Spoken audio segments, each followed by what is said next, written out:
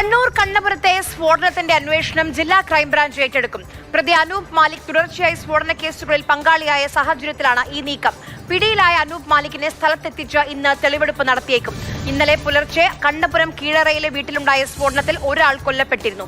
Felix വിവരങ്ങളുമായി നമുക്കൊപ്പം ചേരുന്നുണ്ട്. കണ്ണൂരിൽ നിന്ന് ഫെലിക്സ്, രക്ഷപ്പെടാനുള്ള ശ്രമത്തിനിടെ കാഞ്ഞങ്ങാട് നിന്നാണ് ഈ അനൂപ് മാലിക് പിടിയിലായത്. നിരവധി കേസുകളിൽ, സമാന സ്വഭാവമുള്ള നിരവധി കേസുകളിൽ പ്രതിയാണ്. അങ്ങനെയുള്ളൊരു പ്രതി എങ്ങനെയാണ് വീണ്ടും വീണ്ടും അതേ കുറ്റകൃത്യം ആവർത്തിക്കുന്നത്? ഈ സ്ഫോടക ശേഖരമുണ്ടല്ലോ, അത് എവിടെ നിന്നാണ് ഇങ്ങോട്ടേക്ക് കൊണ്ടുവന്നത്? അത് ബോംബൊക്കെ നിർമ്മിച്ച് എങ്ങോട്ടേക്കാണ് കൊണ്ടുപോകാൻ ഉദ്ദേശിച്ചിരുന്നത്? ആരൊക്കെയാണ് ഇതിലെ പങ്കാളികൾ? അങ്ങനെ കുറെ കാര്യങ്ങൾ അറിയേണ്ടതുണ്ട്. ഇന്ന് തെളിവെടുപ്പ് ഉണ്ടാകുമോ?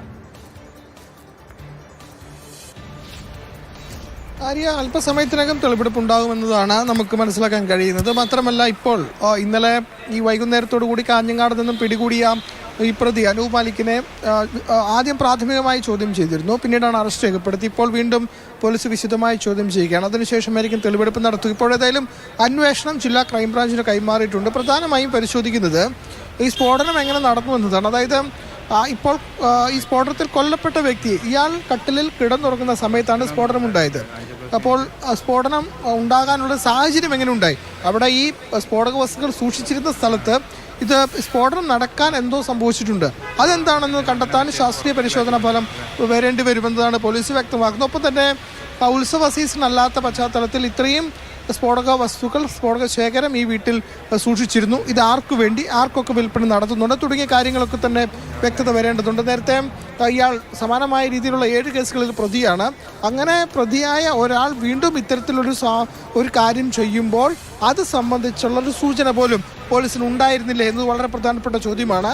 പോലീസിലെ ഉന്നതരുമായി ഇയാൾക്ക് വലിയ സ്വാധീനമുണ്ട് എന്ന രീതിയിലുള്ള വാർത്തകളൊക്കെ പുറത്തു വന്നു. ആ പശ്ചാത്തലത്തിൽ വിശദമായ അന്വേഷണം ഏതായാലും പോലീസ് നടത്തുന്നുണ്ട്. അതിനുശേഷം മാത്രമേ കൂടുതൽ നടപടിയിലേക്ക് പോവുകയുള്ളൂ. ഏതായാലും ഇപ്പോഴത്തെ പശ്ചാത്തലത്തിൽ ഇയാൾ ഇത്രയധികം സ്ഫോടക വസ്തുക്കൾ ഇവിടെ എന്തിനു ശേഖരിച്ചു വെച്ച് തുടങ്ങിയ നിർണായകമായ ചോദ്യങ്ങൾക്ക് ഉത്തരം നൽകേണ്ടതുണ്ട്. മാത്രമല്ല, ഈ സ്ഫോടനം നടന്ന സമയത്ത് ഒരു 400 മീറ്റർ അപ്പുറത്തേക്കുള്ള വീടുകളിൽ വരെയും കേടുപാടുകൾ സംഭവിച്ചു. എന്ന് വെച്ചാൽ ഉഗ്ര സ്ഫോടനമാണ് നടന്നത്. അതുകൊണ്ട് തന്നെ ഇതുമായി ബന്ധപ്പെട്ട് ഇയാളുടെ പശ്ചാത്തലം സംബന്ധിച്ചുള്ള വിശദമായ അന്വേഷണത്തിലേക്കും ഇപ്പോൾ പോലീസ് കടന്നിട്ടുണ്ട്.